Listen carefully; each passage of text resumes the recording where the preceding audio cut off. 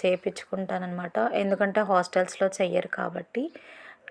ఇలా ప్రతి దాంట్లో ఇలా వేసేసుకొని పిండి ఫుల్గా వేస్తే అయితే మంచిగుండదు. పెద్దగా లడ్డుగా అనిపిస్తుంది. సో కొంచెం కొంచెం వేసుకుంటే చాలా బాగుంటుందన్నమాట. చాలా క్రిస్పీగా అట్లా ఉంటుంది. ఫుల్గా వేసుకుంటే అంత మంచిగా అనిపించదు. అందుకే నేనైతే మా మమ్మీకి చెప్తాను కొంచెం కొంచెమే వేసేయి అని చెప్పేసి. సో ఇలా అన్నిట్లో వేసేసుకున్న తర్వాత కొంచెం సేపు ఆగి అది రివర్స్ తిప్పేసుకోవాలి. రివర్స్ తిప్పేసేసుకొని తీసుకొని తినడమే. అదనమాట ప్రాసెస్ అయితే ఇది. మా సైడ్ అయితే మేము గుంట పొంగనాలు అంటామన్నమాట. కొంతమంది పొంగనాలని కూడా అంటారు.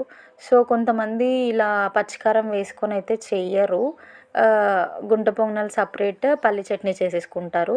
కానీ మేమైతే ఇలా చేసేసుకుంటాం.